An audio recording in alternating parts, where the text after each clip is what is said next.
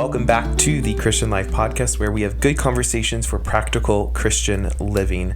We are your hosts, Michael Brazier and Art Nurnberg, and today we're diving into episode number 27, which we've entitled Overcoming Spiritual Apathy. Now, before we recorded, we were reflecting a little bit on that people experience burnout.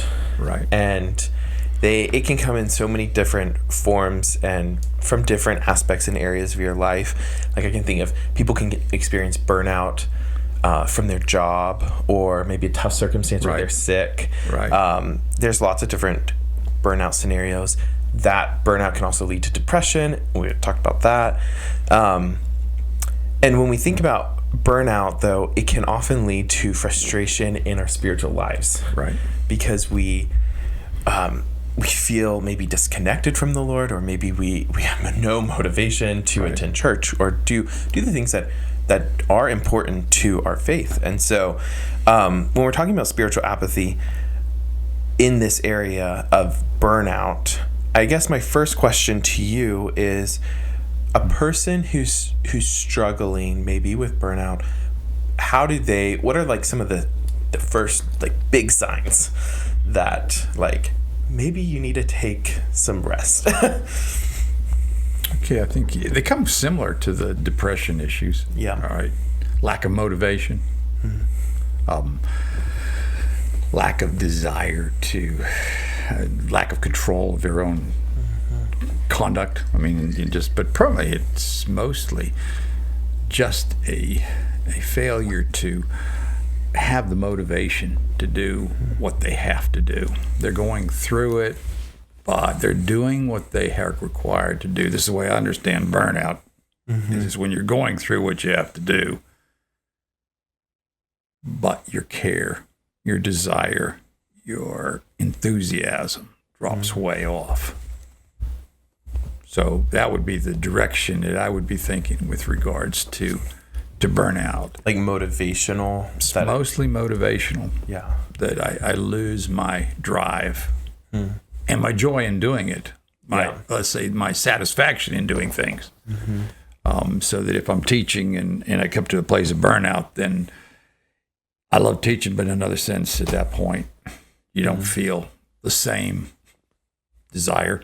You want to do it. You know you have to do it. And you start moving from the realm of desire to do it to the realm of going to fulfill your duty. There is a time when you have to fulfill your duty. I admit that, but you can still gives a person reason to be alerted and concerned about where they're at. Yeah, because I feel like in our health, like there's certain markers that people like, make sure your blood work is right. Or like your heart rate, all these different things. And then but mentally and both spiritually, we have to also have those like guidepost markers that like, okay, my motivation, my enthusiasm, not that we always have to be. Concentration, too. That's another one. Concentration's a big one. Talk about that a little bit. Yeah, you get to a place where, okay, like you say, I'm studying to prepare for something, and you're reading, and you just, all of a sudden you're conscious that you just went over the page.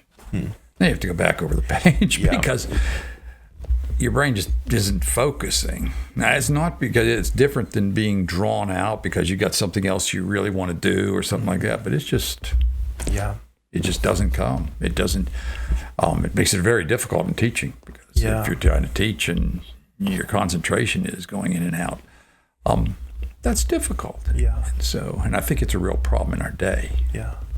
Not everybody is going to experience it in the realm of teaching because most of us aren't teachers, but people, I think, experience burnout a lot, and they, in all the different realms of life that they occupy. Like a mom with like multiple kids, that's hard, and so that phase of life that they're in, you can experience it there. You can experience it all over the map, and from different areas. When I was reading a definition of burnout, it said like it's often from one specific aspect of your life, not totally, but it can come from like your work or your family life or however it is. But I think realizing motivation is a big one, concentration is a big one, but they also said like burnout can lead to physical symptoms like headaches or stomach aches. Like your body is worn out. Right. And that's just the natural outworking of the whole thing. It's one of the reasons why people that have burnout find it, like a mother that has burnout, she begins to have real difficulty handling her kids, just dealing with them. Yeah. Because not because she don't love them, it's just too much energy. It takes too much energy. Yeah. It takes too much out of her. And most of us, God's put into us safety valves.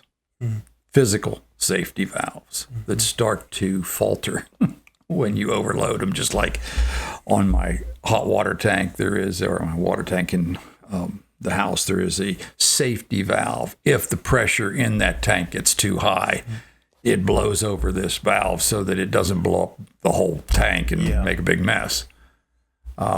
Most of us have some kind of physical things that start to happen, and it's just your body warning you that, okay, you pushed about as far as you can go.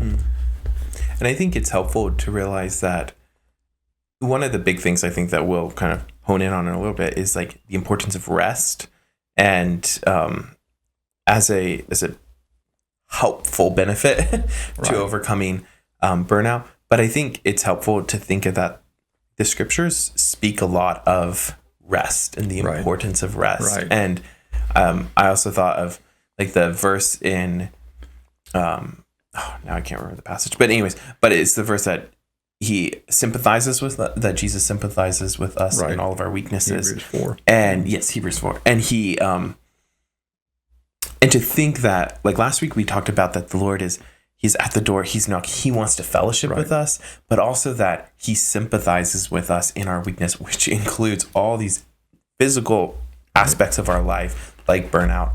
And I think we'll jump into the scriptures and talk a little bit about like the Lord and how he in his own ministry, there were moments that he had to withdraw.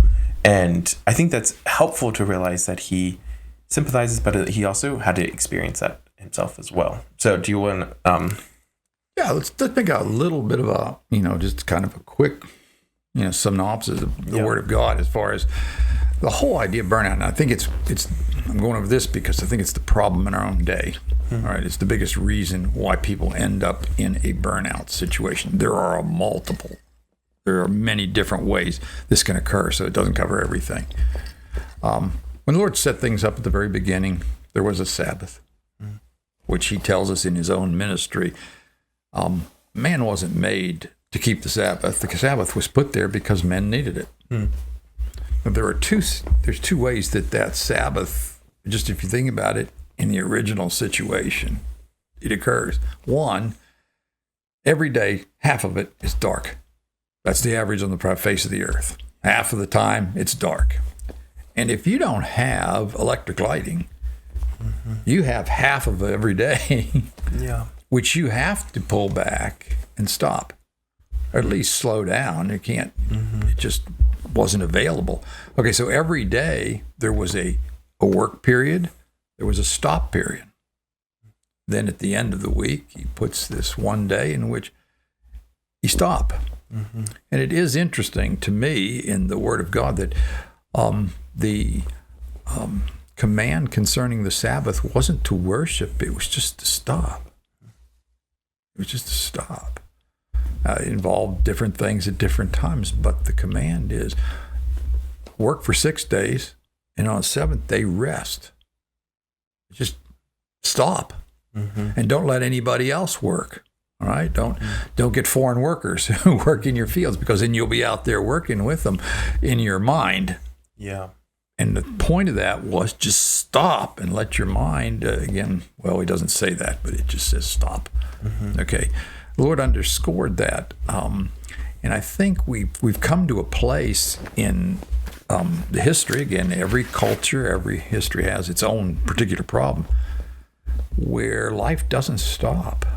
We talked about that last week, that it doesn't stop at all. I can order socks at 3:00 in the morning if I want to. If I'm awake, I can get there, and there's somebody on the other end of the phone, and on the other end, well, maybe not, but I don't know. I don't do it, but you probably wouldn't phone it in your order for socks, but you could order it on Amazon. Yeah, you can order it, and somebody's picking. It's computer-wise. Somebody is working to make that happen, because very often that thing you order in the middle of the night it's on its way in the morning. Yeah. Which means that people are working. There's nighttime. Yeah. There was a time, and even when I was young, when night workers, there was a few. There were the factories where they had to keep it going, but most people's work, the plumbers went home, and everybody else, they go home. You can only sell real estate at certain times. There's just, but now you can do it all the time.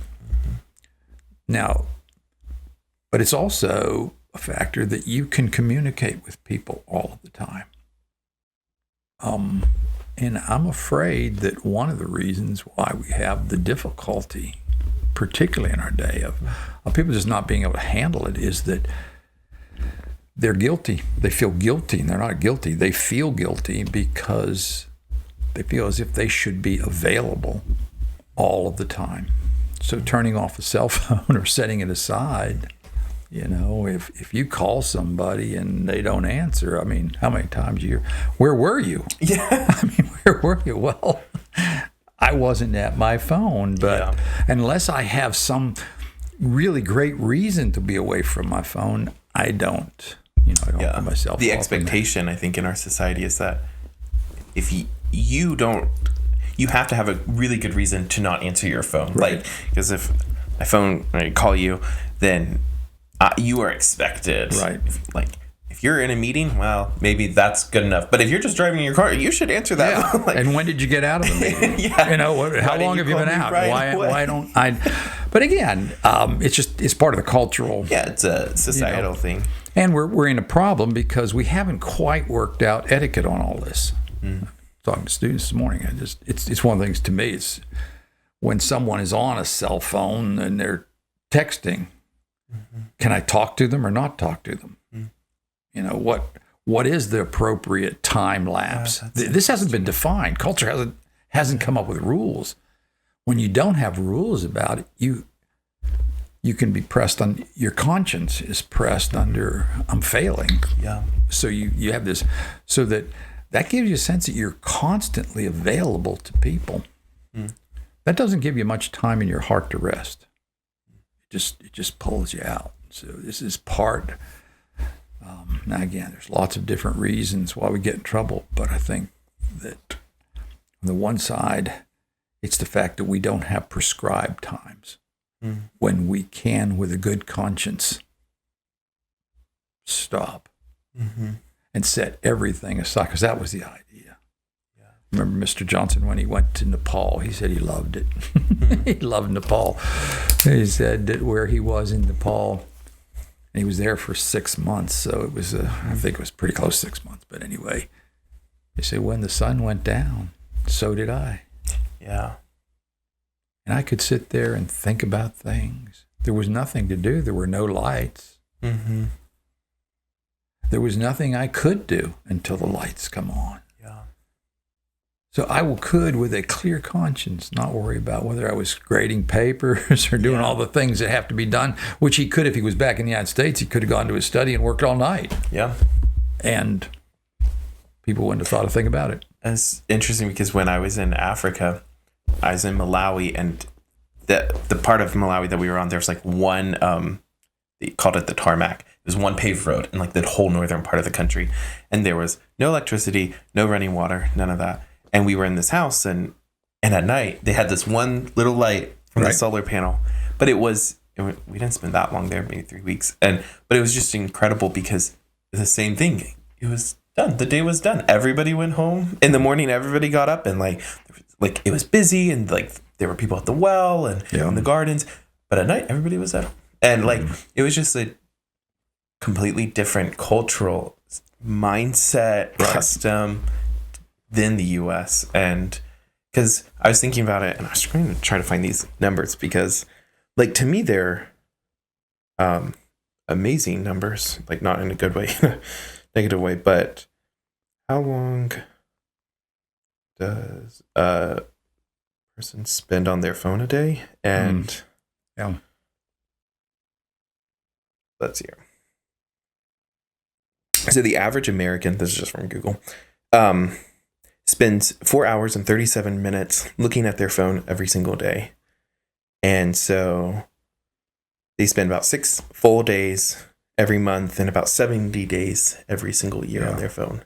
It's a long time. It is a long time. That's like almost 3 months out of the year that they spend, that I spent. Like, I'm not like accusing anybody of it, because it's so easy to. Like, it's acceptable. It's a custom. And I think that is an interesting conversation to have on etiquette of cell phones and like how we use them and how we expect other people to use them, because I mean, they've only been around for 20 years, maybe at most, like at least in the way that they are. So, but I think that leads back to the conversation, which is that constant need for answering everybody. It causes in your own heart not to have that rest, that stopping period. You don't really have time to think. That to me is the big part of it. You don't have time to stop and think. And again, you get the 1800s. They didn't take in much information, but they had lots of time to think about what life was about. How did it work? They could think about it because they didn't have so many facts to deal with it. See, it's like, if, as we said last time, if I know how many people got killed today in the war in Israel, and how many drones they shot back and forth, that's too much information. When you start to add that up, and what's happening in France between this party and that party, what's going on in Saudi Arabia, how are the Iranians doing? How many missiles are the North Koreans shooting out across it? It's just all this information. You say, well, I just want to keep up with this. Or even, we were just talking beforehand, the weather.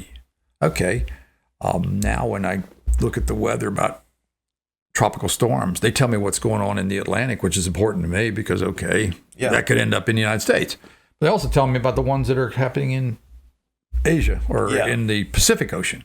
They don't make a difference to me. But again, they say, oh, that's terrible. What about the people? I can't take in that much information. I can't handle that many things.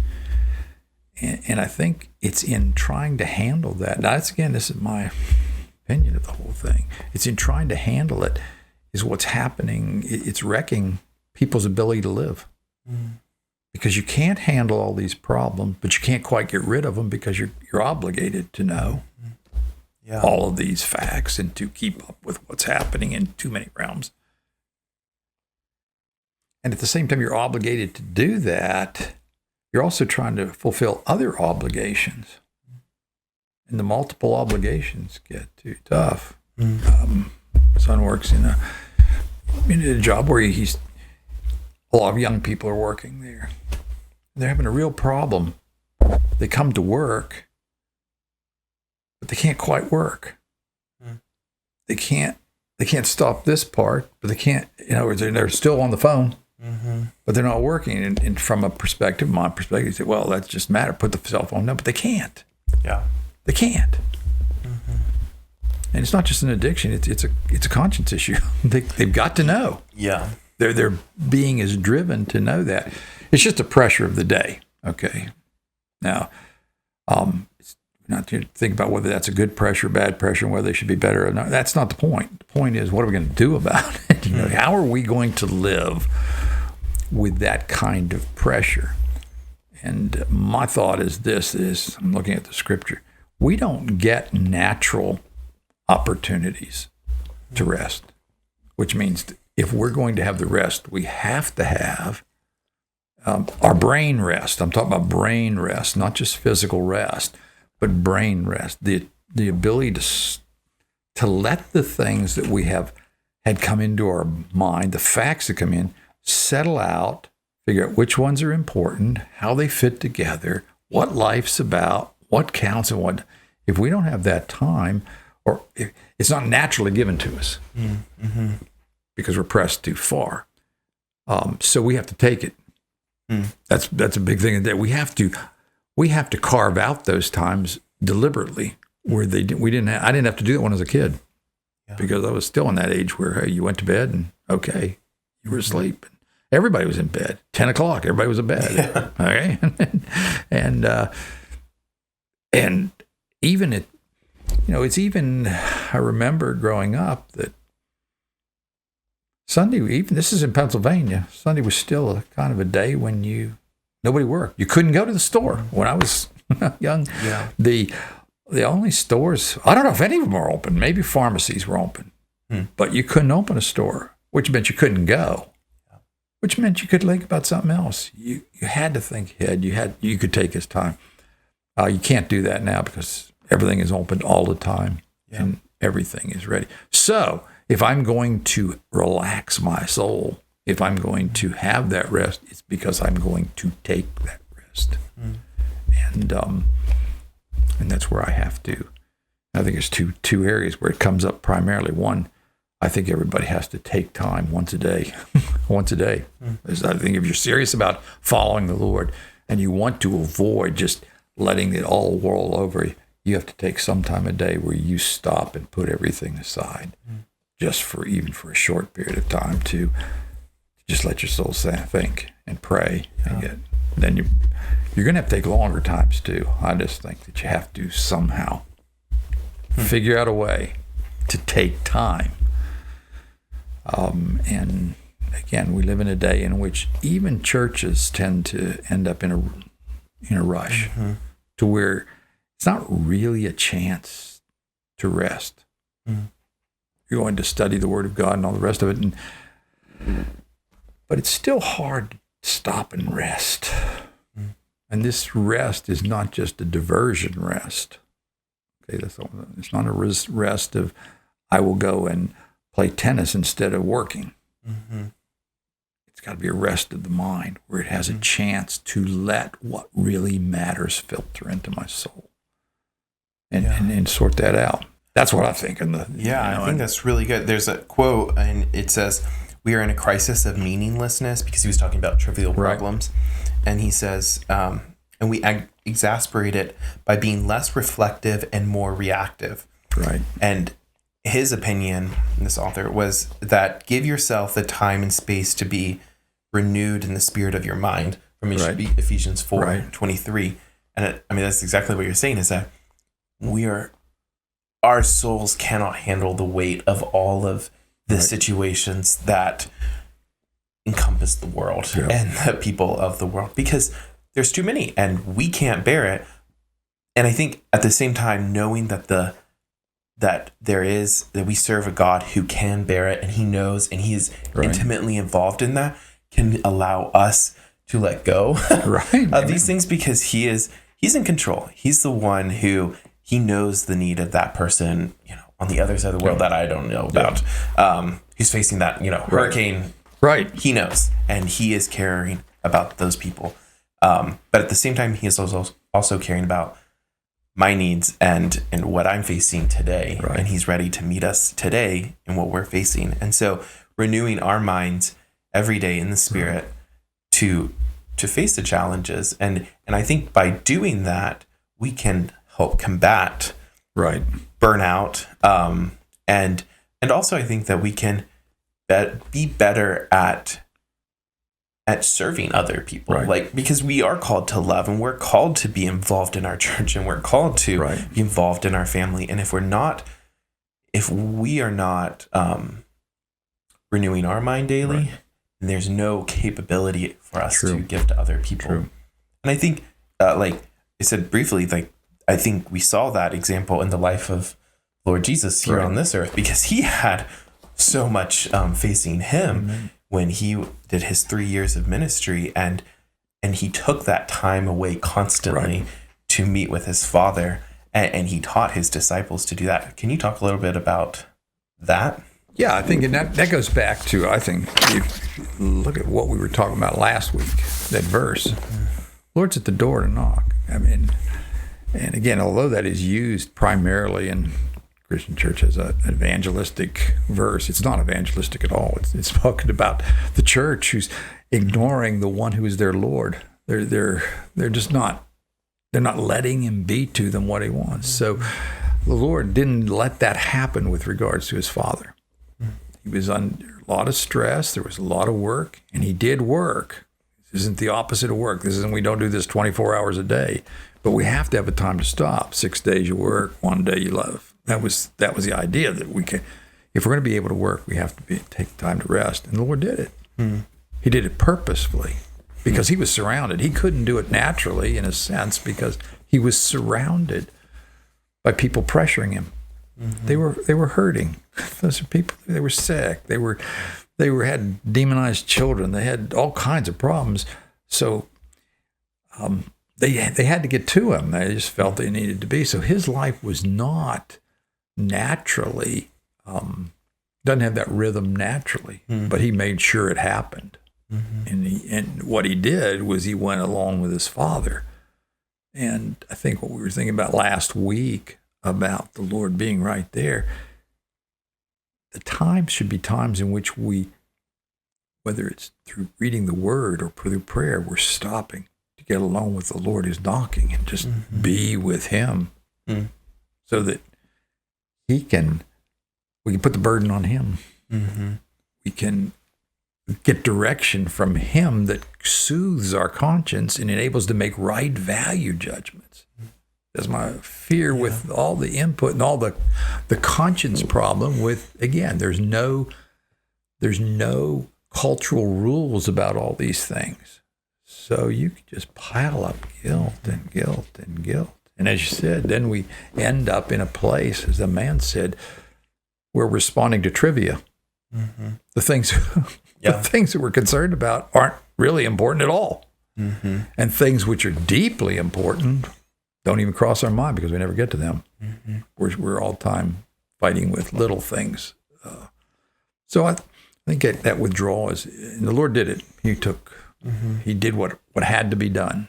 He had to get up early. He went out. It seems he was on a pretty regular basis. And most of the time it appears, the stories we have, it appears that the Lord went by himself. This was not, he didn't take his disciples to these prayer times. He went there primarily by himself to be with his Father and just be quiet. We're told that he spent an entire night praying before he chose the 12 disciples. Well, how much can you pray about? I mean, as I think, but he's just with his Father. He just wants to be there, and he knows that in that fellowship, out of that fellowship, will come right decisions about who would be the ones that he wants to choose. I think that's, and there's that verse in, anyways, on one of the Gospels, but it says that Jesus is gentle and lowly in heart. But in response to it, it's that, come to me, all those who are weary and heavy laden, and I'll give you rest. And but to realize that, yes, the Lord, his invitation to all of us is that you find rest ultimately in me. And so the burdens that we carry in our heart, which naturally we should take time to have Sabbath in our life, however that looks. But ultimately, Jesus is inviting us to walk in life with him. And when we do that, we are able to begin to take that time to rest so that ultimately it doesn't lead to burnout. And I just think of like the people who don't have the Lord in their lives, like how do they, they go to, the world pushes all kinds of like nice things that they want you to do to achieve peace and tranquility and rest and all of these things like goat yoga and all kinds of like weird things like, and fine if you want to do it, but ultimately that doesn't cure the need in our heart for ultimate rest. And I think it's just incredible that the Lord, in their own world, which is different culturally than ours, but in ours as well, the invitation is that rest ultimately comes from the Lord. That would separate us. And then, again, I think that when you get to all the yoga type of thing, they come because people are also realizing that they can only take so much in. So it's a secular, a non-Christian way of trying to handle it. But we have a much better way. We can not only take the time to put other things aside, but we can do that with the Lord. And then we can let him set the standards for us. And I think that's a big part of it. A lot of this, I think, comes because we got a guilty conscience. We're just not sure what we're supposed to be. We live in a world where the standards have all dropped. Therefore, we don't know what we're supposed to be. We don't know whether we did it right or didn't do it right. It's just because everybody wants to do it a different way. When the Lord becomes one who you're walking with, then, because that's the second part of it, coming to me, if you're laboring heavily, I'll give you rest. Take my yoke. Let me direct the show. Come on, dude. Let me control what's going on. If you let me control what's going on, your conscience is cleared because you're letting him do it. Now, if he's happy with it, you can rest. And then you find rest, he says, to your soul.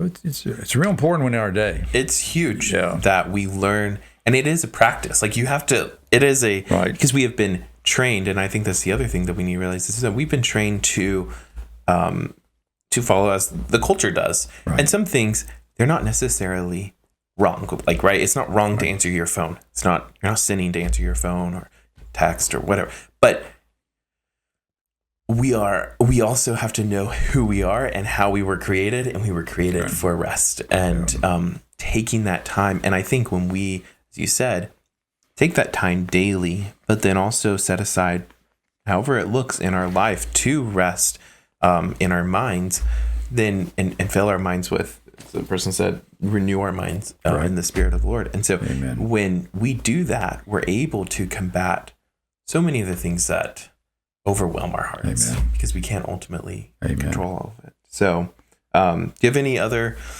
thoughts? Or no, I think that sort of sums it up, because we're just not made to go that long. I do remember there was a man named Swenson who wrote a book, Margins. It was in the 80s when they were having a problem again of just people trying to do way too much.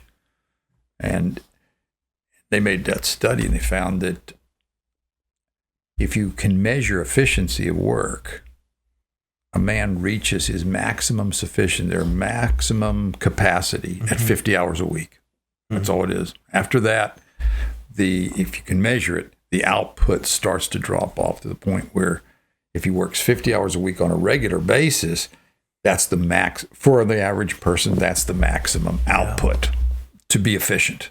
Otherwise, the mistakes you make and the slowing down because your brain is tired overwhelms you. So, and because of that he started restructuring his life. He was a doctor, restructuring his life, and found out indeed that's the way it was. Now, it's not just a matter of this is how much, we can't work more than that, but it's a matter of we have to come to the place where, and that actually is pretty close to what would work out if you had to sleep at night and you had to eat and you only work 6 days a week. You probably wouldn't come out to much more than 50 hours a week, maybe a few more, but it's around there.